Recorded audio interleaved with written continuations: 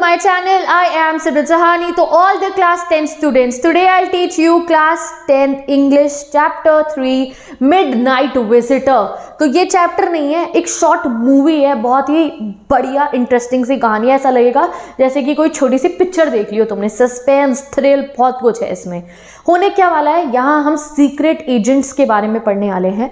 Basically 3 character है इस chapter के हमारे। तो चलो, और इस चैप्टर में एक बहुत अहम हिस्सा निभाती है एक बैल्कनी होती है ना, जो छज्जा होता है, वो एक बहुत इंपॉर्टेंट रोल निभाने वाली है।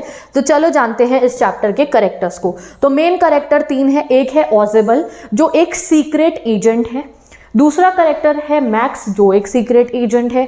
तीसरा कैरेक्टर है फाउलर, बड़े अलग अलग से नाम है भाई इनके, वो एक राइटर है। तो जो ये ऑजिबल है ये भी सीक्रेट एजेंट है। ये काफ़ी मोटे से हैं, ठीक है। अगर आप इन्हें देखोगे तो आप कह नहीं सकते हो कि सीक्रेट एजेंट है, क्योंकि हमारे दिमाग में ना एक सोच बनी हुई है कि सीक्रेट एजेंट होगा वो ब्लैक कलर के सूट पहन के, टॉम क्रूज टाइप के, पतले से, बिल्कुल स्मार्ट से, ठीक है। ऐसे मोटे से सीक्रेट एजेंट हम इमेजिन नहीं कर सकते हैं।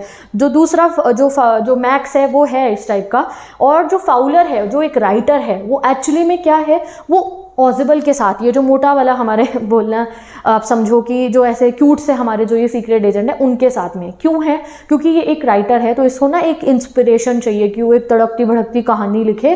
तो ये ऑजिबल के साथ घूम रहा है कि ये तो सीक्रेट एजेंट है, इसे तो इतने एक्सपीरियंस मिलते हैं लाइफ में, तो इनके एक्सपीरियंस से मैं अपनी एक नॉवल लिखूंगा, मैं कुछ लिखना हूँ, ठीक है। तो 3 एजेंट है और 2 एजेंट है ऑजिबल, दूसरा वाला है मैक्स, तीसरा है एक अपना राइटर, ठीक है। तो चलो शुरू करते हैं हम इस चैप्टर को। तो जैसे ही चैप्टर शुरू होता है हमें यही बताया जाता है जो ऑजिबल है वो कोई भी हमारे जो सोच है एक सीक्रेट एजेंट की उसको फिट नहीं करता है। तो अब आप ये सोच रहे हो कि भाई ऐसे क्यों इनको सीक्रेट एजेंट बना दिया, ये तो फिट भी नहीं है। तो धीरे धीरे आपको पता चल जाएगा कि सीक्रेट एजेंट इन्हें आखिर में क्यों बना रखा है, ठीक है। तो क्या हो रहा होता है, ये दोनों जा रहे होते हैं एक फ्रेंच होटल में, इनकी रूम होता है। फ्रेंच होटल बड़ा पुराना सा बेकार सा, ठीक है, बड़ी स्मेल सी आ रही है इसके कॉरिडोर में सीलन वीलन की। दोनों चल के जा रहे होते हैं, ऑजिबल आगे होता है, फाउलर पीछे पीछे होता है। पीछे इसलिए है क्योंकि वो उनसे इंस्पिरेशन लेने आया है, उनके लाइफ एक्सपीरियंस पे अपनी कुछ बुक टाइप लिखने आया है, तो इसलिए वो उनको फॉलो कर रहा था। कहाँ जा रहे थे ये, फ्रेंच होटल था, 6ठी मंजिल पे एक छोटा सा कमरा था जो ऑजिबल ने बुक करा रखा था। तो एक बार ऑजिबल के बारे में जान लेते हैं, उनकी अपीयरेंस पे एग्जाम में क्वेश्चन भी आएगा। तो एजेंट ऑजिबल काफ़ी फैक्ट है, ये मैं आपको बता चुकी हूँ, गोलूमोलू से थे वो। उनकी जो बोलनी थी, उनको फ्रेंच और जर्मन बोलनी आती थी, पैसिबली आती थी, यानी कि थोड़ी बहुत आती थी, बहुत अच्छे से फ्रेंच और जर्मन बोलनी नहीं आती थी। और अभी वो एक फ्रेंच होटल में ही थे, ठीक है। तो वो फ्रांस आ रखे होंगे अपने कोई स्पाई वाई काम करने के लिए, तो उनको फ्रेंच और जर्मन अच्छे से नहीं आती थी। और इनफैक्ट जब वो बोलते थे तो उनकी ना अमेरिकन टच था उनकी बोली में, क्योंकि वो बॉस्टन रहे थे, तो बॉस्टन से उनकी बोली में अमेरिकन टच आ चुका था ऑजिबल की, ठीक है। तो ये आपको समझ में आ चुका है। अब ऑजिबल जो है काफ़ी समझदार थी, तो वो फाउलर को बोलते हैं, अरे फाउलर तू तो बड़ा परेशान होगा, तुम तो मेरे साथ आए थे कि तुम्हें लगा था कि तुम्हें बड़ी अच्छी खासी इंस्पिरेशन मिलेगी, बढ़िया सी जगहों पे तुम घूम रहे होगे, कुछ डेंजरस सा हो रहा होगा, यहाँ पे गोली चल रही है, बंदूक चल रही है, इधर कोई मीटिंग चल रही है, तुम तो ऐसा कुछ सोच के मेरे पास आए थे, बट मैंने तो तुम्हारी सारी शाम खराब कर दी। तुम बेचारे क्या ये बोरिंग से फ्रेंच होटल में, पुराना सा जो है होटल है ये, मैं तुम्हें म्यूजिक हॉल में बिठा रखा था इतनी देर से, कुछ एक्साइटिंग नहीं हुआ, तुम काफ़ी परेशान हो गए। उसको ये बोलते हैं, कहते तुमने तो सोचा होगा कि यहाँ ड्रग्स होंगी, यहाँ वाइन होगी, यहाँ गोलियाँ चल रही हैं, यहाँ कोई मैसेज लेके सुंदर सी काली आंखों वाली लड़की आ रही है, मुझे वो दिखाते ना पिक्चरों में, वो आके सीक्रेट कोड दे के जाते, तुम तो ये सब सोच रहे थे, और भाई ऐसा तक कुछ हुआ नहीं है, मैंने तो बस एक फ़ोन कॉल करी है अपॉइंटमेंट के लिए।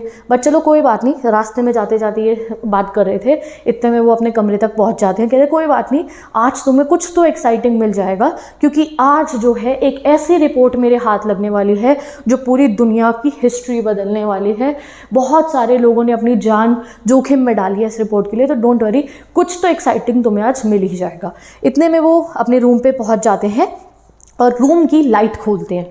अब जैसे ही वो रूम की लाइट खोलते हैं तो ऑथेंटिक थ्रिल, ऐसा थ्रिल मतलब क्या होता है, कोई ऐसी चीज़ जिससे रोंगटे खड़े हो जाएं आपके, एडवेंचरस, तो उसी के लिए तो आया था फाउलर इंस्पिरेशन लेने के लिए। एक ऑथेंटिक थ्रिल हमारे फाउलर को मिलती है।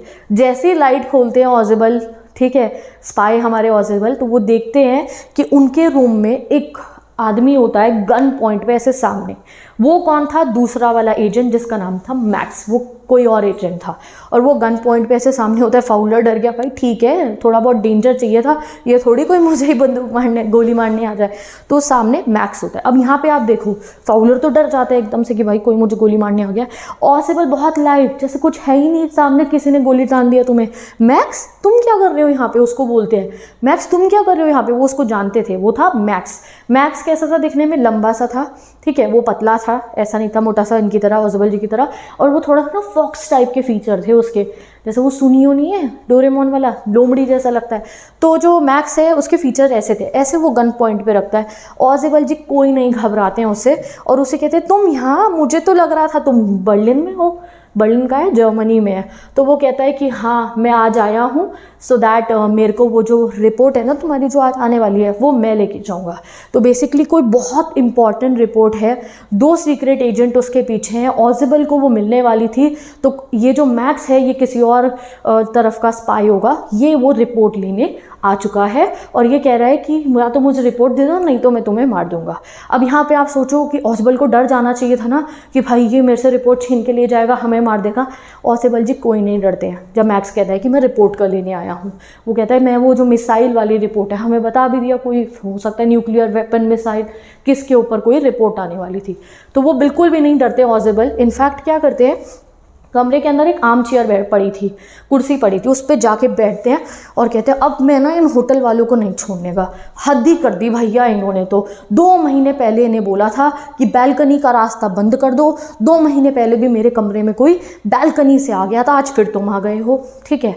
अब वो जो मैक्स है वो कहते हैं बैल्कनी, नहीं नहीं मैं बैल्कनी से नहीं आया, मैं तो पास की से आया हूँ। पास की क्या होती है, वो हर कमरे की चाबी जिस ताला जिससे खुल जाता है ना, जो होटल में होती है स्टाफ के पास में, वो वाली पास की से मैं तो आया हूँ।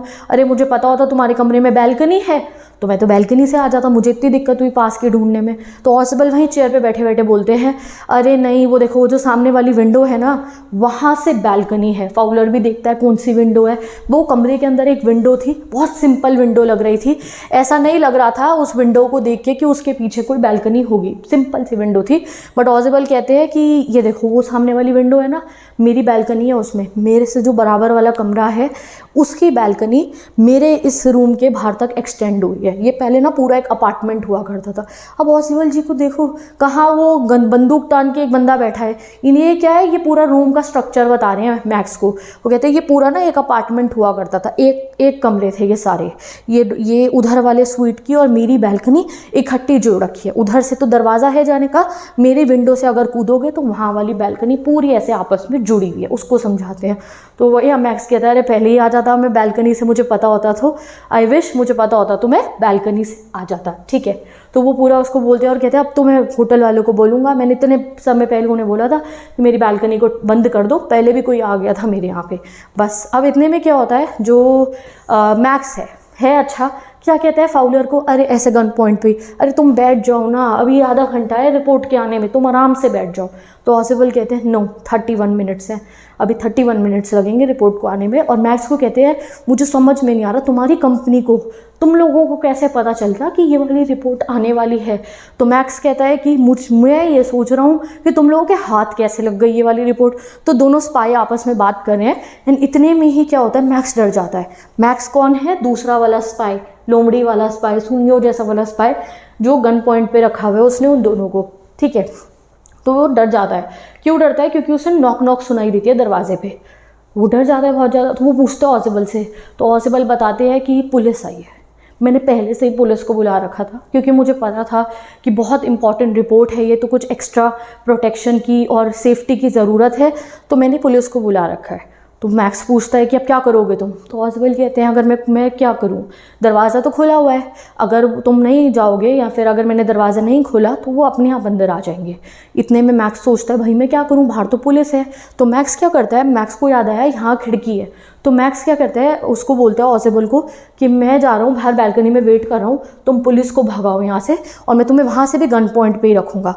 तो ये वाली फ़ोटो को अब आप देखो, ये रही वो खिड़की के सिल पे, जो खिड़की के ऐसे ये बनी होती है ना, वो पूरे ऐसे सीमेंटेड वॉल सी होती है, उस पर पैर रखता है और उसको गन पॉइंट पे है। अब भी वो दोनों, ऑजिबल आराम से चेयर पे बैठे, बंदूक तानी के सामने वाले ने आराम से चेयर पे बैठे हैं और फाउलर बेचारा डर के खड़ा है, भाई क्या यार, बुक तो तब लिखूंगा ना जब जिंदा बचूंगा। वो बाहर ऐसे पैर रखते कहते तुम उन्हें भगाओ पुलिस वालों को, मैं आ रहा हूँ 2 मिनट में, बैल्कनी में वेट कर रहा हूँ। तो वो एक पैर पहले बाहर रखता है, दूसरा पैर बाहर रखता है और वो बाहर चला जाता है। इतने में दरवाज़ा खुलता है और एंट्री होती है। किसकी एंट्री? पुलिस की? नहीं गाइस, पुलिस नहीं आती है, इनफैक्ट वेटर आता है उस होटल का। और क्या लेकर आता है? एक वाइन की बॉटल लेकर आता है, 2 ग्लास लेकर आता है। और फाउलर डर जाता है, अरे पुलिस पुलिस पुलिस कहाँ गई सर, सर पुलिस कहाँ गई, अभी ये हमें आके मार देगा। तो वो जो है ऑज़ेबल बताते हैं कि नहीं नहीं, पुलिस थोड़ी आ रही थी, ये तो हेनरी को मैंने बुलाया था, थोड़ी देर पहले फ़ोन करा था ना एक वाइन के लिए, बस हेनरी है। तो वो कहता है अरे सर वो आ जाएगा बैल्कनी से, वो हमें मार देगा। तो वो कहते हैं देयर इज़ नो बैल्कनी। तो दैट मीन्स क्या हुआ, दैट ये सारी ऑज़ेबल जिनको हम सोच रहे हैं कि ये मोटे से एक स्पाई हैं, क्या ही कर पाएंगे, इन्होंने सिंपली काम तमाम कर दिया मैक्स का। जब इनफैक्ट मैक्स जो है खिड़की से बाहर गया भी था ना, मैंने आपको बताया नहीं, बुक में लिखा है, एक चिल्लाने की भी आवाज़ आई थी श्रीली सी।